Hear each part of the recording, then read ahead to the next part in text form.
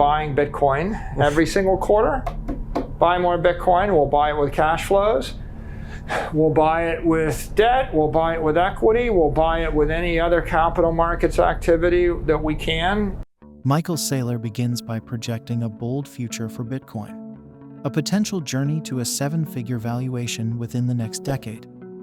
He argues that just as every nation has embraced digital giants like Google, Apple, and Amazon, they will similarly embrace Bitcoin as a form of digital capital.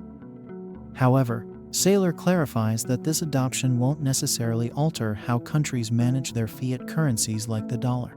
While he believes smaller central banks might eventually use Bitcoin as a treasury reserve asset, he predicts that this will occur only after corporations, institutional investors, and sovereign wealth funds have already done so.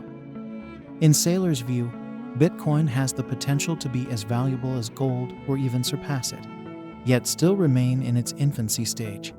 He points out that gold, despite being a multi-trillion-dollar asset, remains an insignificant part of most wealthy portfolios.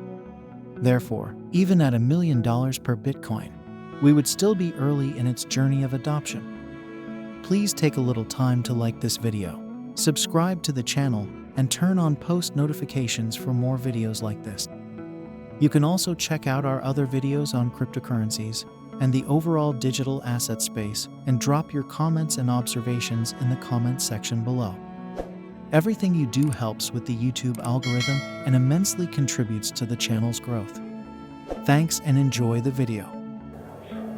I think in 10 years we'll reasonably be in seven figures. $1 million Bitcoin. America's going to embrace digital capital just like every country is going to embrace digital capital, just like they're going to embrace Google and Apple and Amazon and the internet and the like.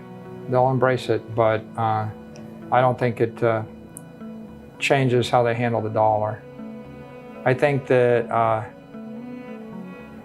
central banks, maybe in time the smaller central banks will embrace Bitcoin as a treasury reserve asset, but long before them, I think corporations will, institutional investors will, sovereign wealth funds will, and 10 years is not that long a time in the history of things. I mean, if Bitcoin goes to $1 million, so it'll be somewhat more valuable than gold, but gold is still an insignificant asset.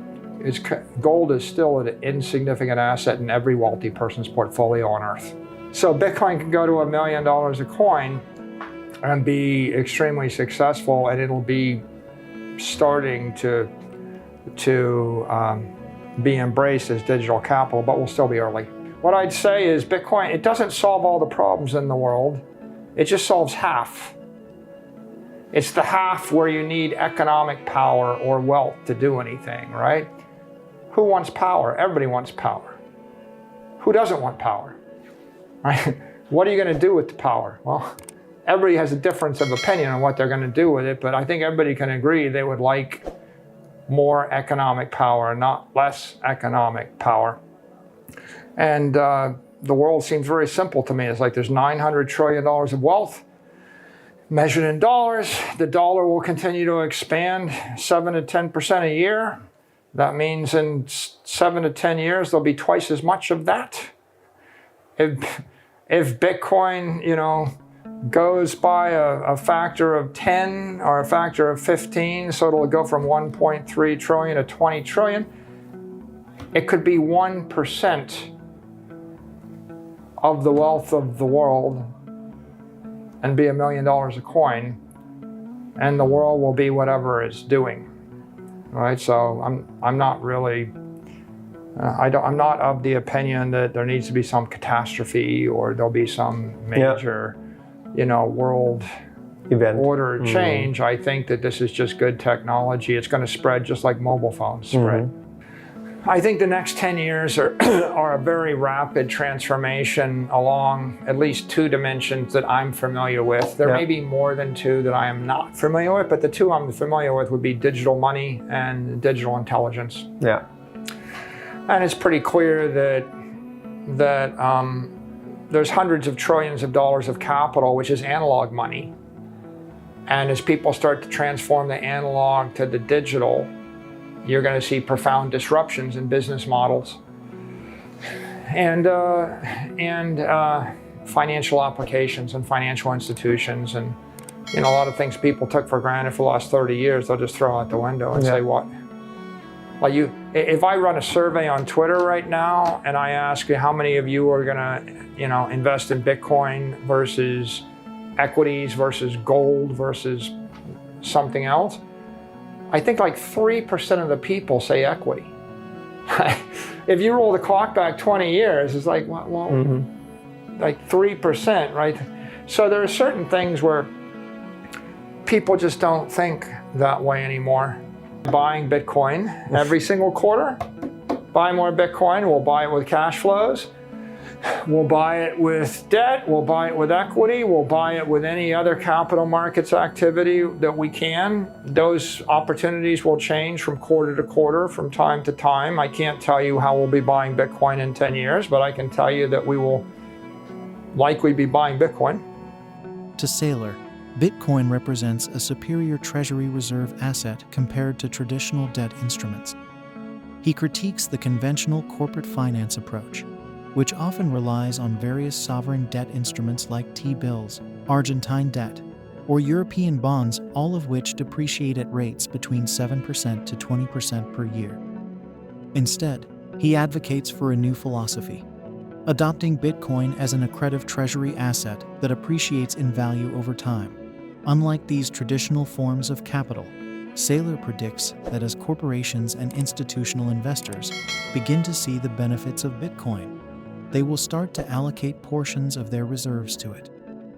This, in turn, will drive broader market adoption and acceptance. The conventional wisdom in corporate finance is to capitalize a company using sovereign debt instruments, maybe T-bills. 3-month T-bills is the safest, but it could be capitalized on Argentine debt, Russian debt, Chinese debt, European debt. There's a lot of different things you can capitalize on. They're all crumbling 7 to 20% a year, right? So they're all defective. And conventional corporate finance is to take the position that we should minimize working capital, we should adopt a toxic capital asset, and we should avoid volatility. And the MicroStrategy philosophy is we should embrace volatility, we should accumulate capital, and we should adopt an accretive treasury asset, accretive capital asset, right? I mean, we will succeed when Apple doesn't do a $100 billion buyback, when Apple says we're going to buy $10 billion of Bitcoin a quarter. And when Apple has $500 billion of Bitcoin and buys $10 billion a quarter, they will have capitalized based upon an accretive asset. Their stock will be more volatile maybe. And right, that'll be good for them, good for Bitcoin, right? So our mission is to drive corporate adoption and institutional adoption. Is not just the corporations, but also institutional investors, fixed it. The world's full of there's a lot of investors that if you said to them, Bitcoin has a volatility of 55 and it has an annualized return of 50% or 55% for the past 4 years. If you said that to them, and by the way, that's 5 times better than the S&P, do you want to buy it? Their answer is no, because it's too volatile. Ultimately, Saylor remains optimistic about Bitcoin's future, stating that the next decade will witness dramatic changes as digital money and intelligence redefine our world. He emphasizes that while Bitcoin may be volatile, it is also a transformative technology with a potential to disrupt conventional financial systems and serve as a foundation for a new era of digital capital. And there you have it, Michael Saylor's bold vision for the future of Bitcoin and digital capital. Whether you're a seasoned investor or just starting to explore the world of digital assets, one thing is clear: the landscape is evolving, and Bitcoin is poised to play a significant role. Thanks for watching. If you enjoyed this video, don't forget to like, share, and subscribe for more insights on investment strategies and financial tips. Leave your questions and comments below. I'd love to hear from you. See you in the next video.